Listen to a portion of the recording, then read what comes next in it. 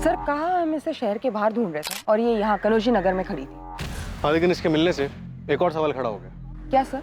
गाड़ी का number plate yellow है। हाँ सर, इस कार को बतौर टैक्सी यूज किया जा रहा था, क्योंकि अगर चेंज करना ही था तो पूरा नंबर प्लेट चेंज करते या कार का कलर चेंज करते ताकि टैक्सी पहचान में ना आए। लेकिन विनोद ने जो गाड़ी के पेपर्स दिखाए थे उसमें कमर्शियल यूज के बारे में कुछ नहीं लिखा था कि गाड़ी प्राइवेट है। सर कहीं ऐसा तो नहीं कि गैरेज ओनर विनोद हमें घुमाने के लिए कोई कहानी बना रहा हो? ट्रांसफर सिर्फ एक बहाना हो, असल डील किसी और ही बात की हुई हो। पर चलेगी ना? एन मौके पे धोखा तो नहीं देगी? अरे चलेगी, एकदम धाई से चलेगी। एक काम करो, आरटीओ से क्रॉस चेक करो कि गाड़ी का रजिस्ट्रेशन क्या था, और अगर सही निकले तो शहर में जितनी भी कैब कंपनीज हैं सबके साथ चेक करो कि ये गाड़ी किस कंपनी के साथ रजिस्टर्ड थी। सर आरटीओ ऑफिस से पता चला है कि गाड़ी का ट्रांसफर कमर्शियल यूज के लिए करवाया गया था, परमिट लीगल है। एक प्राइवेट कैब कंपनी है राइट कैब्स, मनीष की कार वहीं पर रजिस्टर्ड थी। मैंने सारी डिटेल्स रागिनी को दे दी।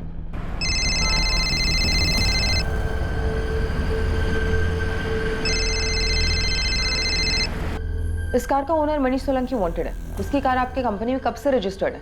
मैडम जनवरी 2019 से रजिस्टर्ड थी, पर इसकी लास्ट एंट्री 20 मार्च 2019 की है। मतलब कि इस गाड़ी का अकाउंट 20 मार्च 2019 के बाद लॉगिन नहीं हुआ, यानी कि इस गाड़ी ने 20 मार्च 2019 के बाद कोई सवारी नहीं उठाई मैम। अच्छा, और इस कैब का रजिस्टर्ड ड्राइवर कौन था? एक मिनट मैम, ध्रुव साहू।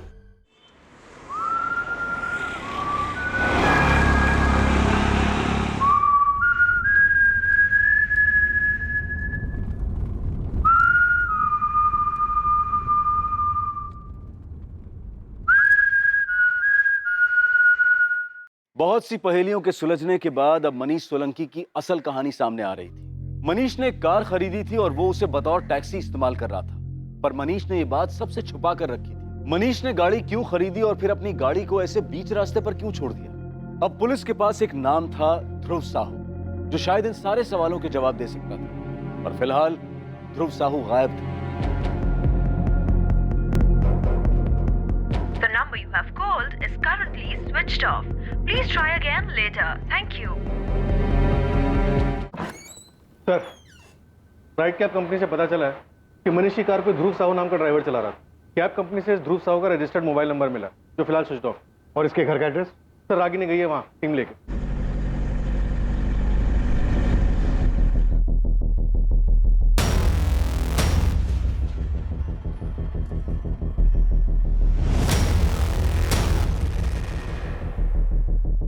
क्या सोनू, कोई खबर लाया या फ्री की चाय पीने आया? क्या साहब, अब भी, पर इस बार ऐसी खबर लाए हो कि आप खुद चाय के लिए पूछोगे।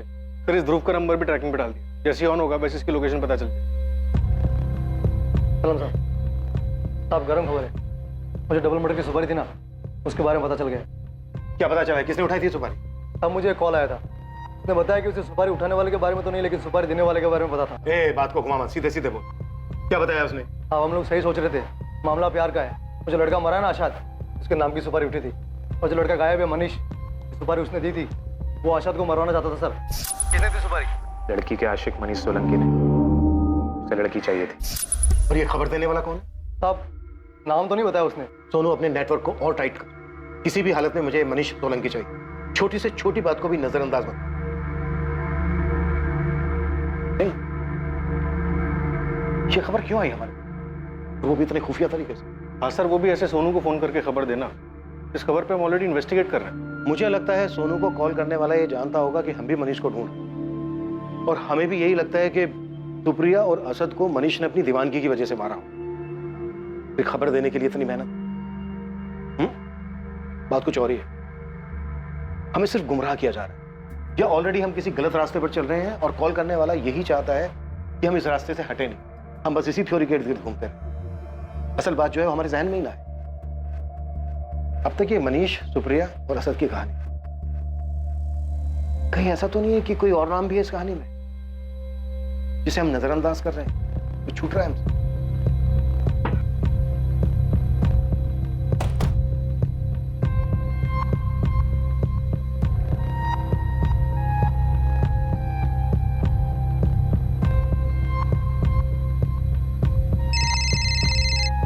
हाँ रागिनी, सर इस ध्रुव के घर पे तो ताला लगा हुआ है, लगता है उससे पुलिस आने की खबर मिल गई होगी। कल रात तक तो उसका फोन चालू था, लेकिन आज सुबह से बंद है। लेकिन ये ध्रुव हमसे भाग क्यों रहा है? हो सकता है ये मनीष के साथ मिला हुआ हो। और उसी के साथ भाग रहा हूँ। रागिनी एक काम करो, आसपास पता करो ध्रुव के बारे में। मनीष की गाड़ी तो काम पे जा नहीं रही थी, तो इस बीच ये ध्रुव कहाँ था, क्या कर रहा था? Yes sir.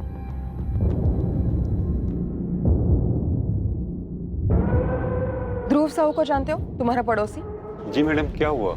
इस वक्त कहाँ मिलेगा, कुछ पता है? मैडम इस वक्त तो वो काम पर होगा।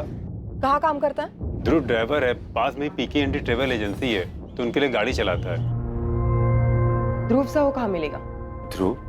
क्यों, क्या हुआ मैडम? उसने कुछ किया है क्या? यही तो पता करना है। ध्रुव कहाँ है? जी परसों रात को एक सवारी को लेकर मुंबई गया था। वैसे तो आज सुबह तक उसे वापस आ जाना चाहिए था, पर जब मैंने उसे फोन किया तो उसका फोन ऑफ था। मुझे लगा थोड़ी देर में आ जाएगा। उसके जाने के बाद कोई कांटेक्ट, कोई फोन वगैरह? नहीं मैडम, सवारी को छोड़ने के बाद उसने कल सुबह मुझे फोन करके बताया था। उसके बाद से कोई बात नहीं हुई और मेरे भी दिमाग से निकल गया। पर मैडम आप लोग उसे ढूंढ क्यों रहे हो? ध्रुव परसों रात मुंबई के लिए निकला था, उसके बाद उसका कुछ भी पता नहीं। वो टूर्स एंड ट्रैवल्स के ओनर अभय ने ध्रुव से आखिरी बार बात कल सुबह की थी। इसकी कॉल डिटेल्स रिपोर्ट क्या कहती है? सर ध्रुव की लास्ट लोकेशन मुंबई में जोगेश्वरी एरिया थी, दोपहर 12 बजे तक। उसके बाद उसका फोन स्विच ऑफ है। अगर ध्रुव अपने क्लाइंट को लेकर मुंबई गया था, तो इसका मतलब साफ है कि मनीष ध्रुव के साथ तो नहीं है।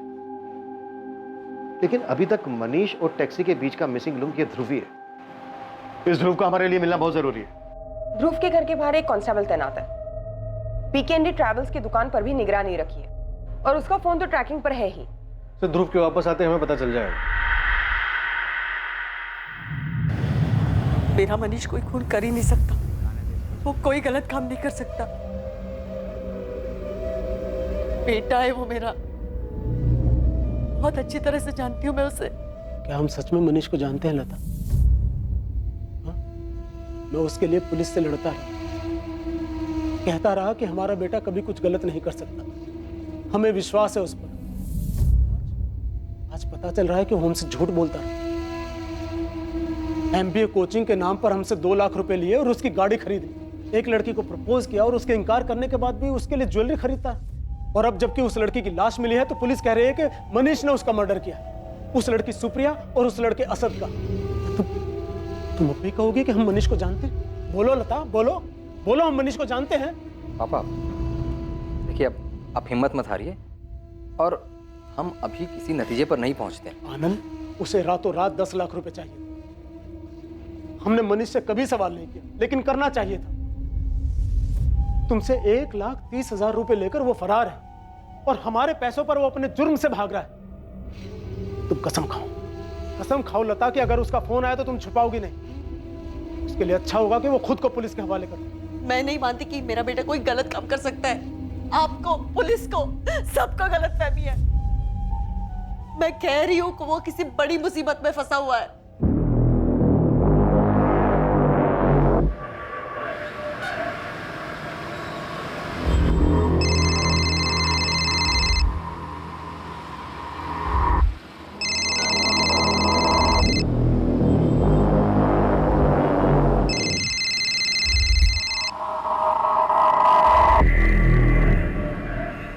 हेलो, हाँ फोन बंद था, चार्ज किया तो ऑन किया अभी। पुलिस? हाँ अहमदाबाद के बाहर ही हूँ।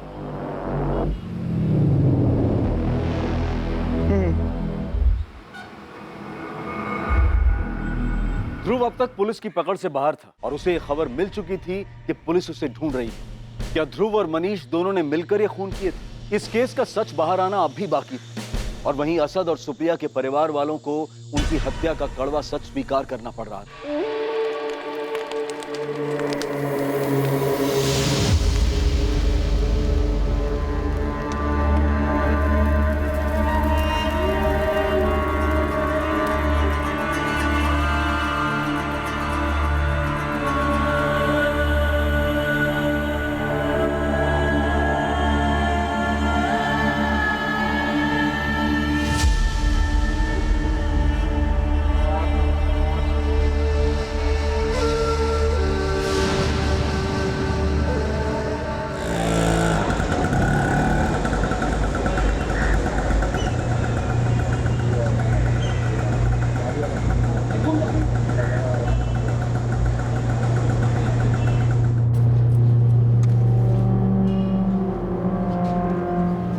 इंस्पेक्टर साहब हैं, मुझे मिलना हो। आप कौन? मैं ध्रुव साहू। वो शायद मुझे ढूंढ रहे हैं। साहब मैं मुंबई से लौट रहा था, मेरी रास्ते में गाड़ी खराब हो गई। रात बहुत थी, सुबह तक इंतजार करना पड़ा। फिर कैसे भी करके कोई मैकेनिक ढूंढा, गाड़ी ठीक करवाई। पूरा दिन निकल गया मेरा। फोन की चार्जिंग खत्म हो गई थी। मैकेनिक के पास फोन चार्ज किया तो अबे भाई का फोन आया। वो बोलने लगे कि आप लोग ढूंढ रहे हैं मुझे। सीधी गाड़ी खड़ी करी मैं और यहाँ पर आ गया आपके पास। तेरी गाड़ी सच में खराब हो गई थी या फिर भागने की फिराक में था? साहब मैं क्यों भागने लगा? गाड़ी सच में खराब हो गई थी, नहीं तो मैं सुबह पहुंच जाता यहाँ पर अहमदाबाद में। पर साहब हुआ क्या है, मुझे क्यों ढूंढ रहे थे आप? मनीष सोलंकी कहाँ है ध्रुव? क्या हुआ? क्यों गया? सब पता है हमें, मार्च तक गाड़ी चला रहा था तो उसकी। हाँ साहब मैं मनीष की गाड़ी चला रहा था, पर जैसा कि आपने बोला मार्च तक, उसके बाद मुझे नहीं पता वो कहाँ पर है। आखिरी बार कब मिला था मनीष से? कुछ 3 महीने पहले, जब मैं गाड़ी खड़ी करने गया था उसके यहाँ पर। जान पहचान कैसे हुई थी तेरी उसके साथ? साहब वो मेरे पुराने ऑफिस के पास रहता था, जहाँ पर मैं गाड़ी चलाता था पहले। पीकेएनडी एजेंसी? नहीं साहब, माँ जज्जी ट्रेवल्स। वो वहीं पर ही आता था गाड़ी भाड़े पे लेने के लिए। तभी हमारी बातचीत होने लगी, जान पहचान हो गई थोड़ी सी।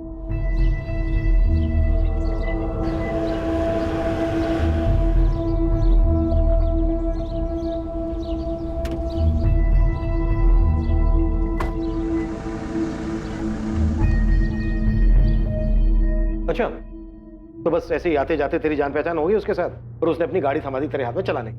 सिर्फ आते जाते नहीं साहब, दरअसल मनीष टैक्सी चलाने के बारे में काफी कुछ जानना चाहता था। बस उसी चक्कर में हमारी बहुत सारी बातें होने लगी। दिन का कितना कमा लेते हो? अपनी गाड़ी ने भाई, नौकरी करता हूँ, 15,000 बन जाता महीने का। यानी हर दिन का 500? हाँ। और मालिक कितना कमा लेता है इस टैक्सी से? मोटी रकम ही कमाता होगा भाई, पता नहीं कितने कमाता। फिर भी कोई अंदाजा तो होगा? अभी यार 15,000 रुपए मुझे देता है वो, 20,000 पकड़ लो तुम पेट्रोल और मेंटेनेंस का। अब आदमी 35,000 रुपए खर्च कर रहा है तो 35-40 तो बचता ही होगा उसको ऊपर से। 40,000 का प्रॉफिट? हाँ भाई, इतना तो बनता ही होगा। नहीं गाड़ी खरीद के धंधे में लगाना क्या फायदा है ना? तुम क्यों पूछ रहे हो? नहीं बस ऐसे ही। साहब उस दिन तो कुछ नहीं बताया उसे, पर कुछ दिन बाद फोन करके गैराज पे बुलाया।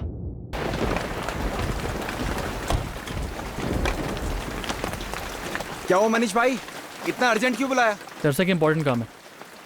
एक गाड़ी को जरा चला कर दे कि इसकी हालत ठीक है या नहीं। पर क्यों, गाड़ी किसकी है? अरे यार तू सवाल बहुत करता है। ये ले चाबी, चला सब बताता हूँ बाद में।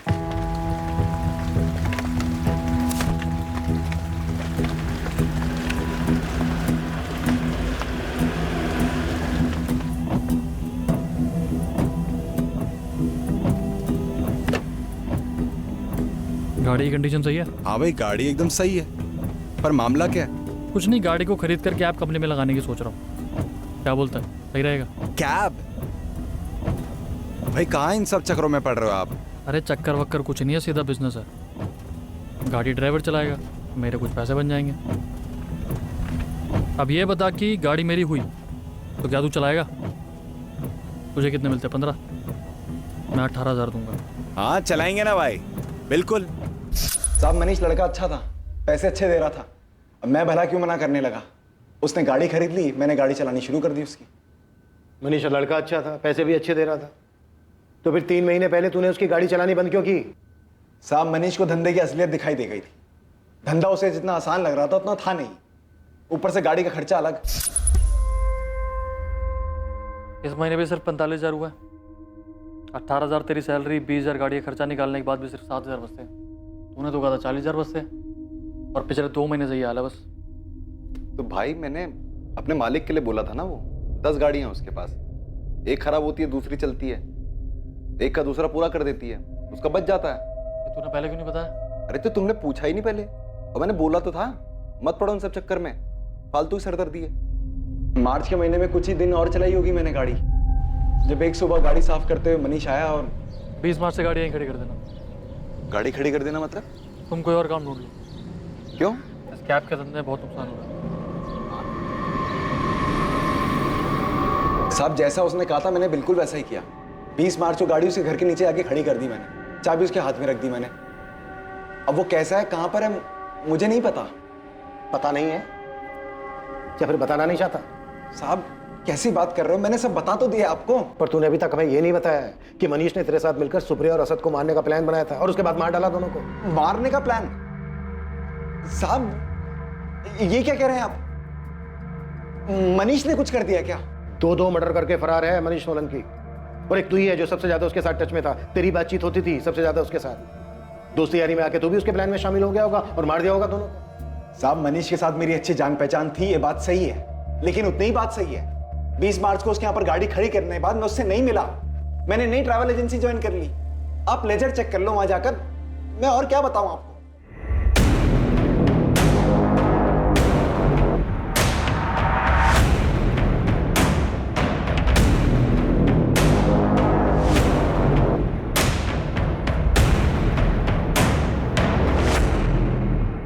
ये केस दिन पे दिन घूमते जा रहा है, इसका कोई एंड ही समझ नहीं आ रहा। सर अभी तक तो ऐसा लग रहा था सब कुछ मनीष का किया था। उसी ने असद को मारने की सुपारी निकलवाई और उसके बाद अपने घर वालों से जितने पैसे हो सके वो लेकर फरार हो गया। अगर सुपारी निकली है तो किसी ने तो उठाई होगी। हम ऐसी थ्योरीज पे काम नहीं कर सकते, पुख्ता चाहिए हमें। सिंह, सोनू और बाकी खबरियों को बोलो कि मुझे जल्द से जल्द सुपारी उठाने वाले का नाम चाहिए।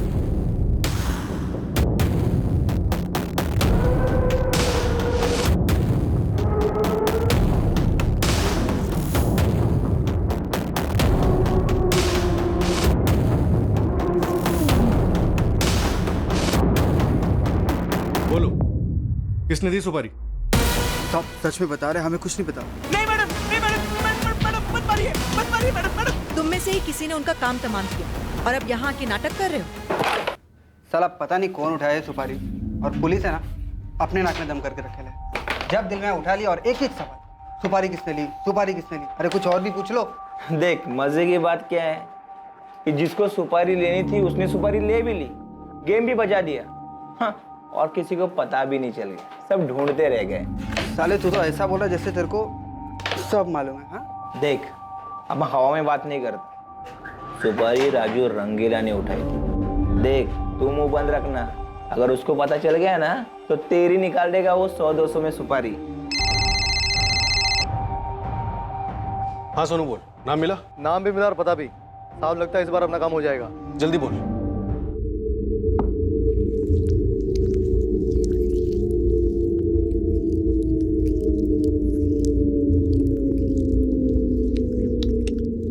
अबे पिंटू, क्या लड़की लोग के माफिक धीरे धीरे हाथ चला रहा है? थोड़ा दम लगा। खाना वाना खाया कि नहीं तूने? अबे रुक क्यों गया? सांप सूंघ गया क्या तेरे को? ए रंगीले, पिंटू को छोड़, चल हमारे साथ जेल। तेरी मालिश का इंतजाम करके रखा है। सब बात क्या हुआ?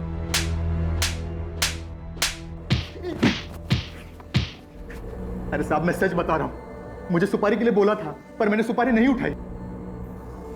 तूने कहा और हमने मान लिया। सुपारी उठाने में तू नंबर 1 है। तुझे लगता है तेरी इस कहानी पे भरोसा कर लेंगे हम? अरे साहब मेरी बात तो सुनो, मैंने सुपारी के लिए मना किया क्योंकि पैसा बहुत कम था। मर्डर तो हुए, अगर सुपारी तूने नहीं उठाई तो फिर किसने उठाई? साहब मुझे क्या पता, पर मैंने कुछ नहीं किया। अरे जिससे सुपारी दी थी उससे पूछो ना आप। मनीष सोलंकी, यही नाम है ना उसका? पता नहीं साहब, नाम तो मैंने ये पहली बार सुना। साले नाटक करता है। कहाँ छुपा है मनीष? साहब मैं सच बता रहा हूँ, मुझे किसी मनीष सोलंकी ने सुपारी नहीं दी थी। तो फिर किसने दी?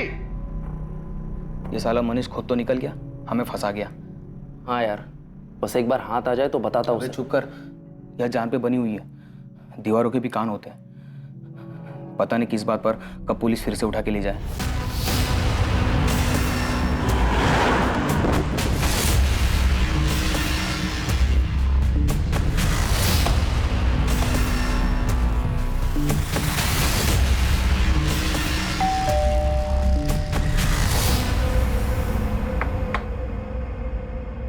इतने दिनों से ड्रामा कर रहे थे हमारे सामने, अब बताओ अकेले किया?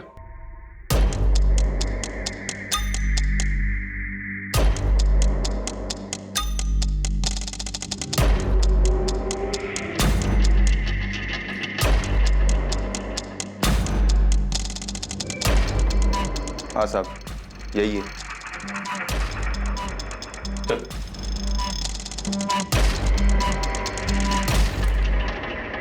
चल अब बोलना शुरू कर दे। अगर तेरे इस ड्रामे की वजह से मेरा सर घूम गया ना तो बेटा बोलने के लायक नहीं बचेगा तू। सुप्रिया ने हमारे परिवार की नाक काटने की ठान ली थी, इसलिए उसे मारने के अलावा मेरे पास और कोई चारा नहीं था। और उसका जुर्म यह था कि उसका एक लड़के के साथ अफेयर था। किसी दूसरे धर्म के लड़के के साथ अफेयर था, इसलिए मरवा दिया दोनों को। चल बैठ। अब बता क्या क्या हुआ था डिटेल में, सब कुछ। छुट्टियों में सुप्रिया राजकोट आई हुई थी और फिर एक दिन सुप्रिया अपना फोन देना सर, फोन की बैटरी खराब हो गई है, चार्ज ही नहीं हो रहा।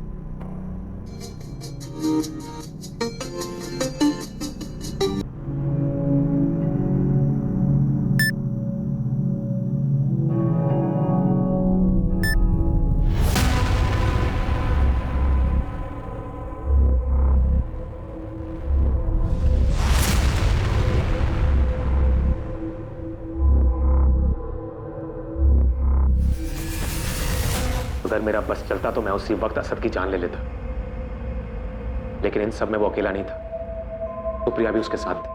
मैं कुछ भी बोलता या कुछ भी करता तो सारी बात बिगड़ जाती, बदनामी होती, लोगों को पता चलता। इसलिए मैंने चुप ही रहना सही समझा। आखिर गलती तो मेरी बहन की थी ना। सुप्रिया,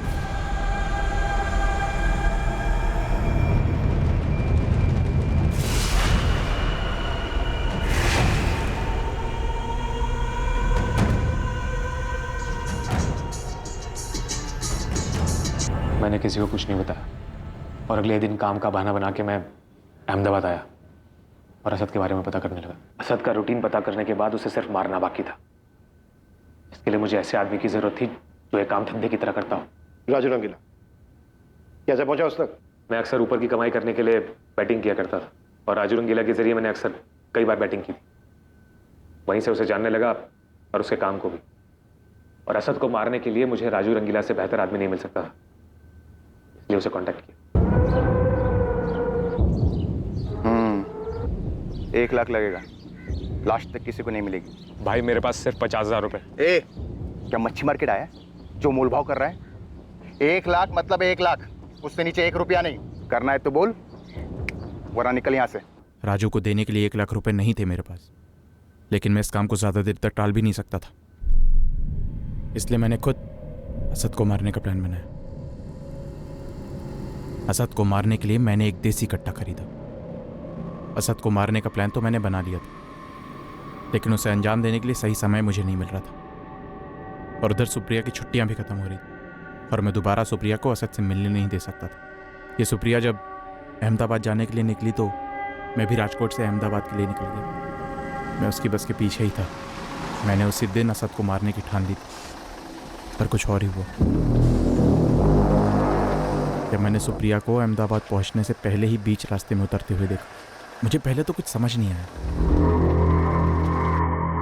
पर फिर मेरी नज़र असद पर पड़ी, जो कि शायद उसे लेने आया था। और सुप्रिया असद के साथ हाईवे से अंदर जंगल की तरफ चली गई। मैं भी गाड़ी साइड में लगा के उनके पीछे गया, जहां वो दोनों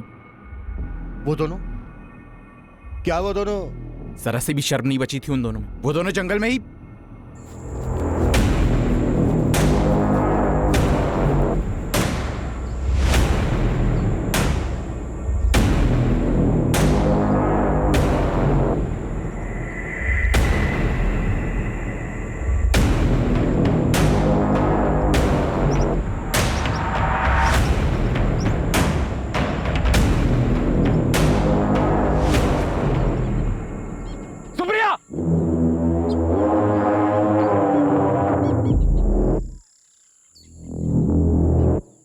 शर्म नहीं आई?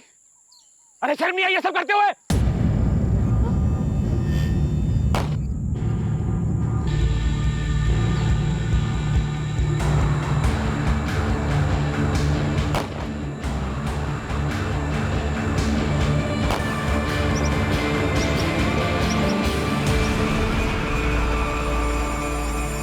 उन दोनों को मारने के बाद मैंने कट्टा और उन दोनों के मोबाइल नहर में फेंक दी और राजकोट आ गया। और फिर घर आके ऐसे ड्रामा किया जैसे कुछ हुआ ही नहीं। सुप्रिया को मारने का प्लान पहले से था या फिर गलती से मारी गई? असद को मारने के बाद मैं सुप्रिया को भी मार डालता, क्योंकि मैं सुप्रिया को अच्छी तरह से जानता था। बहुत जिद्दी थी वो। मैं उसे कितना भी समझाता लेकिन वो असद को नहीं भूल पाती। बात का पतंगड़ बनाती, और जिस बात को मैं दबाना चाहता था वो उस बात को सारे जहान में गा देती। और अगर मैं दोनों को नहीं मारता तो मैं अपने पिताजी को अच्छी तरह जानता हूँ। सुप्रिया उनकी कमजोरी थी, वो कुछ भी करके पिताजी को मना लेती, और उसके बाद हमारा समाज में उठना बैठना सब बंद हो जाता। ये सबसे मनीष का क्या ताल्लुक है? पता नहीं, उससे तो मैं जानता भी नहीं था। वो तो जब आप लोगों ने कहा कि मनीष और सुप्रिया का कुछ चल रहा है तो मैं भी वही खेल खेलने लगा। मैंने भी कहा कि हाँ, मनीष ने ही सुप्रिया को मारा। इसीलिए तूने हमारे खबरी को फोन किया, हमें गुमराह करने के लिए। किसने दी सुपारी? लड़की के आशिक मनीष सोलंकी ने। उसे लड़की चाहिए थी, जैसा मैं चाहता था वैसा ही हो। पुलिस का शक मनीष पे और ज्यादा बढ़ गया। तेरी इसी होशियारी ने हमें तुझ तक पहुंचाया। सुपारी किलर को ढूंढते हुए हम राजू रंगीला तक पहुंचे, और उसके जरिए तुझ तक। क्या कहा था तूने? कि तेरी बहन सुप्रिया ने तेरे परिवार की इज्जत मिट्टी में मिला दी थी। ये जो दो खून किए तूने, क्या लगता है तुझे कि तूने अपने परिवार का नाम बहुत रोशन कर दिया है? बहुत ही घटिया सोच है तेरी, विकृत। तेरे जैसे लोगों को तो जेल में ही होना चाहिए। साला तुम जैसे लोगों को समाज में सही तरीके से रहना आता ही नहीं।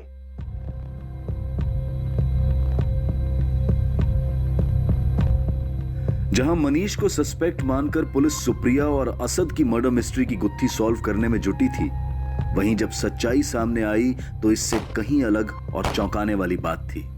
तो सवाल यह उठता था कि आखिर मनीष है कहां? अगर मनीष का सुप्रिया और असद के मर्डर से कोई ताल्लुक नहीं है तो फिर किस चीज से भाग रहा है वो? उसका 10 लाख रुपए मांगना, झूठ बोलना, अलग अलग एटीएम से पैसे निकालना, आखिर किस कांड में फंसा हुआ है वो? सर, मनीष की फैमिली की माने तो मनीष आरोपी नहीं, विक्टिम है। हमें इस केस को एक अलग नजरिए से देखना होगा। मनीष से जुड़ी हुई एक एक डिटेल्स बारीकी से पढ़ो, एक एक छोटी छोटी चीज, कोई ना कोई सबूत, कुछ ना कुछ तो ऐसा है जो हमसे छूट रहा है। मैं कह रही थी ना आपसे, मेरा मनीष कभी किसी का खून कर ही नहीं सकता, लेकिन आप सब उसे गलत मान बैठे थे। उसे कभी क्रिमिनल, कभी खूनी, पता नहीं क्या क्या कहते थे। मनीष है कहां? अभी भी वक्त है, कुछ कीजिए ना, मेरे बेटे को बचा लीजिए ना।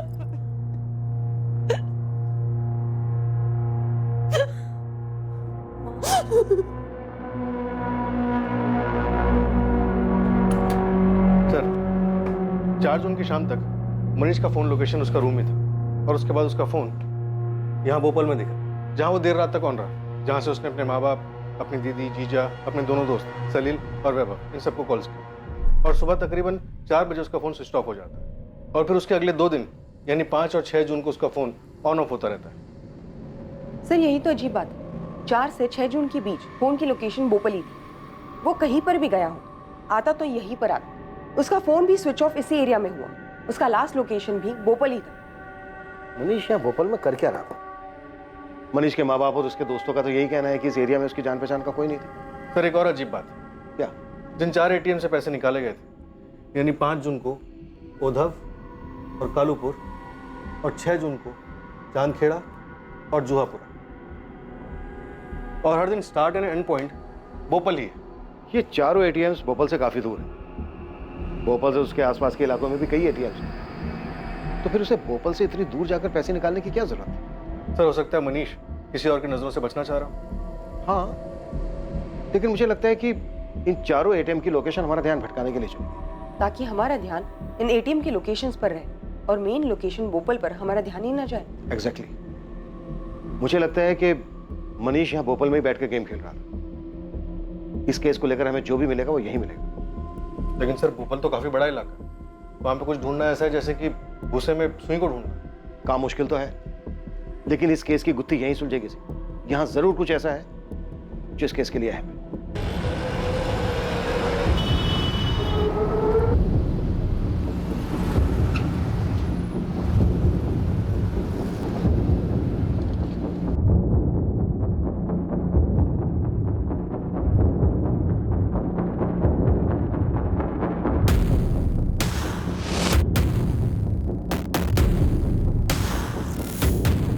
पुलिस बड़े स्तर पर मनीष की खोज में लगी हुई थी, मगर पुलिस के हाथ अब भी खाली ही थे। कई कोशिशों के बाद भी पुलिस को मनीष के बारे में कुछ पता नहीं चल रहा था, लेकिन इन कोशिशों ने शांत पड़े तालाब के पानी में एक हलचल पैदा की थी। और यही हलचल पुलिस को इस केस के किनारे तक ले जाने वाली थी। चाचा एक चाय कड़क। हाँ और पानी कम। ठीक है बबन, ये मिला के तेरे पुराने हिसाब के 1128 रुपये हो गए। चाचा ये रखो, बाकी एडवांस में जोड़ लेना। बड़े पैसे आ गए हैं तेरे पास बबन। कोई लॉटरी वोटरी लगी है क्या? लॉटरी मेरी नहीं, विकास की लगी है, उसी से उधार लिया है। उस फुक्कड़ विकास की लॉटरी लगी है? कहाँ चला गया है वो? पिछले 2 हफ्तों से मुंबई गया। फैक्ट्री का काम का छोड़ दिया क्या? वो सब तो पता नहीं, पर हाँ उसके हाथ में गहरी चोट लगी है, मजबूरन छुट्टी देनी पड़ी मालिक को। उस फटीचर विकास की तो नसीब ही खुल गई, लॉटरी भी लग गई और छुट्टी भी मिल गई। साहब यही भोपाल इलाके में रहता है, मैंने पता किया। कल तक तो उसको खाने के लाले थे, अब आज काम धंधा छोड़कर मुंबई में घूम रहा है विकास। और उसके इलाके में लोग बता रहे हैं कि एक महंगा वाला टीवी भी लिया। उसकी औकात नहीं है साहब ये सब करने की। भोपाल में एक फैक्ट्री में काम करता है, वहाँ पता किया तो पता चला कि काम पर ही नहीं आ रहे। कुछ चोट वोट लगी उसको 4-5 तारीख के आसपास। इस विकास का मनीष से क्या कनेक्शन है? ये तो पता नहीं है सर। मनीष गायब हुआ 4 तारीख को और उसी के आसपास है विकास भी बाहर, ऊपर से लॉटरी भी लगी। अंधेरे में तीर है साहब, अब याद देख लो कि ये तीर आपके निशाने पर है या नहीं। इस विकास का नंबर दे मुझे। सर विकास का फोन फिलहाल अनरीचेबल है, लेकिन उसका फोन लोकेशन रिकॉर्ड एक इंटरेस्टिंग कहानी बता रहा है। सर विकास का फोन 4 से 6 जून के बीच भोपाल में था। इतना ही नहीं सर, जब मनीष का फोन लोकेशन ओधव, जुआपुरा, कालूपुरा और चांदखेड़ा के एटीएम के पास था, इस विकास का भी सेम था, ठीक उस टाइम पर जब एटीएम से पैसे निकाले गए। इसका मतलब यह भी हो सकता है कि मनीष की जगह पर विकास गया हो पैसे निकालने एटीएम से, या फिर यह विकास भी मनीष के साथ हो। सर खबरी राजन के हिसाब से इस विकास की कदकाठी मनीष से काफी मिलती, लेकिन सर हमारे काम की बात ये नंबर, इस नंबर पे विकास रेगुलर टच में था। ये बहुत शातिर समझता है अपने आप को। ये शुरू से ही मनीष के करीब था, अब मनीष तक हमें यही पहुंचाएगा। उठा गिलास साले को।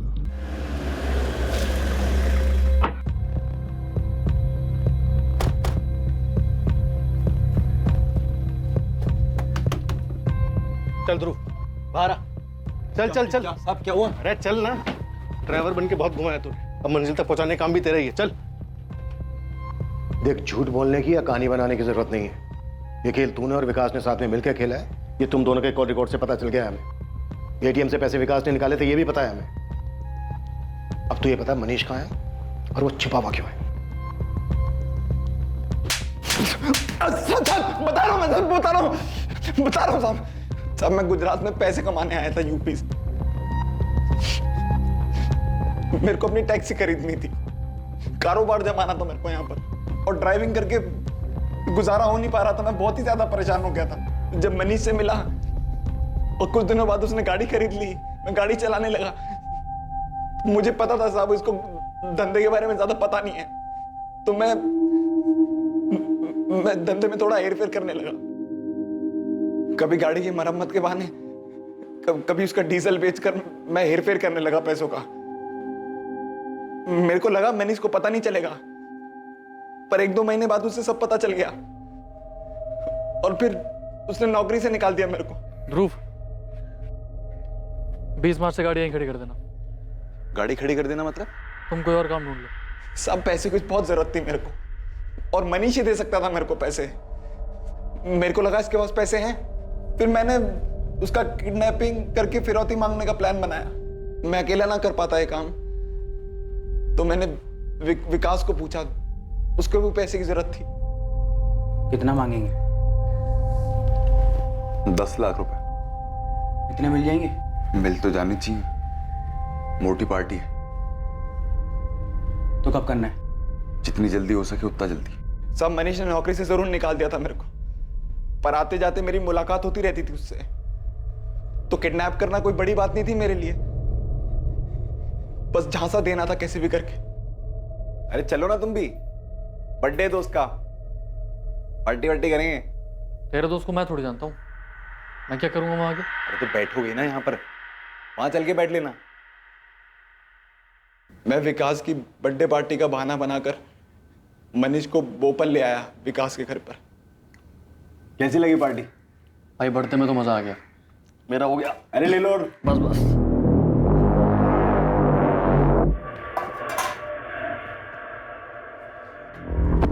क्या कर रहा है? क्या लगा? ध्रुव क्या है ये? घर फोन कर अपने, 10 लाख मंगा चल। कितने 10 लाख? किडनैप हो गया तू तब आजाद होगा, तब 10 लाख रुपए हमें मिलेंगे। क्या बकवास कर रहे हो तुम लोग? बकवास नहीं कर रहा, पैसे मांग रहा हूँ। घर पे फोन कर 10 लाख मंगा और बोला किडनैपिंग हुई है। अरे पूरे का पूरा अंदर घुसेड़ दूंगा, समझा क्या? हाथ छोड़ का ले। अरे फोन कर घर पे, चल पैसे मंगा। मनीष को काबू करने के बाद हमने मनीष के घर वालों को फोन लगवाया उससे। अर्जेंट काम है, वो 10 लाख रुपए चाहिए मुझे। मगर भिखारी निकले सबके सब, सालों के पास पैसे ही नहीं थे।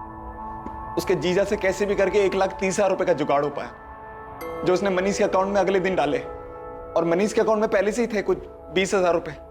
तो कुल मिलाकर हमारे पास कुछ 1.5 लाख रुपए बन रहा था। हमने सोचा कि जो मिल रहा ले लेते हैं उससे, नहीं तो इतनी मेहनत की है वो भी बर्बाद जाएगी।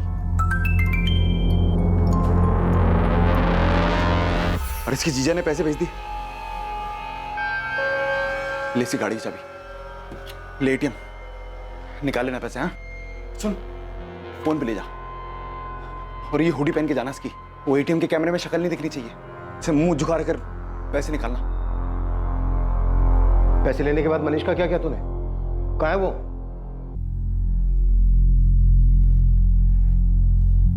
क्या करना है इसका? क्या करें, छोड़ देते हैं इसे?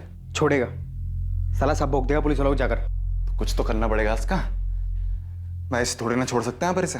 विकास बोल रहा था इसे मार के फेंक देते हैं, उसके अलावा कोई चारा नहीं है। मुझे डर लग रहा था साहब, पर जो होना होता है वो होकर ही रहता है। चल उठ, चलना है। कहाँ चलना है? जन्नत चलेगा?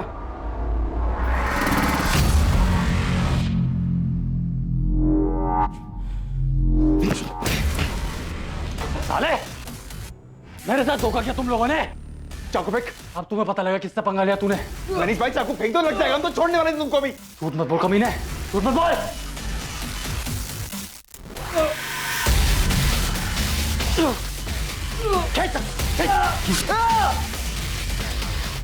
साले, ये थाली में खाया उसी में छेद किया तूने। भुगतोगे साले, भुगतोगे तुम। भाई चाकू फेंक दो।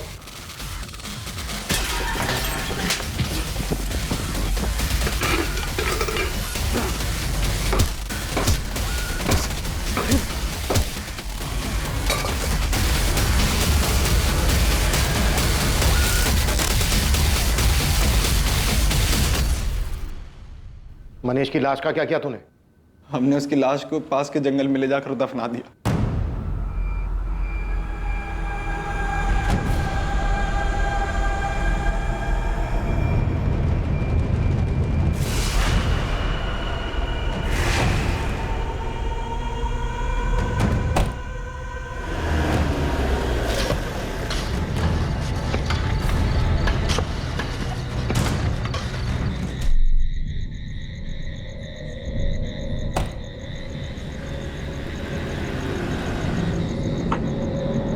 मनीष की कार को एक सुनसान जगह पर पार्क करके निकल गए।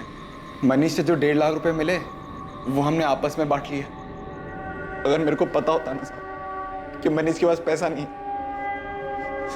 मैं कभी नहीं करता साहब। ये सच बता रहा हूँ साहब, गलती से हो गया। तेरी इस लालच की वजह से एक नौजवान लड़के की जान चली गई, और वो भी उसकी जिसने नौकरी दी थी तुझे, भरोसा करता था तुझ पर। और तू ये गलतफहमी का नाटक कर रहा है। अगर मनीष की जगह कोई और होता ना, उसके साथ भी तू यही करता, क्योंकि तेरी फितरत में ही धोखा है। तेरे जैसे लोगों की वजह से लोगों का इंसानियत में से भरोसा उठ गया है।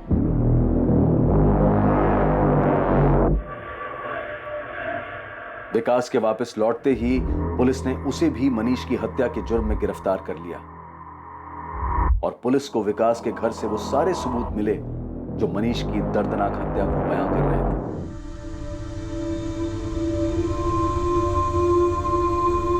जहां एक तरफ मनीष के परिवार वालों को यह स्वीकार करने में बहुत मुश्किल हो रही थी कि किसी और के लालच के अंधेपन की वजह से उनके बेटे की हत्या कर दी गई थी, वहीं किशोर को यह यकीन ही नहीं हो पा रहा था कि उनके अपने बेटे सतीश के अंदर भरे जहर की वजह से उनकी बेटी सुप्रिया उनसे दूर हो गई थी।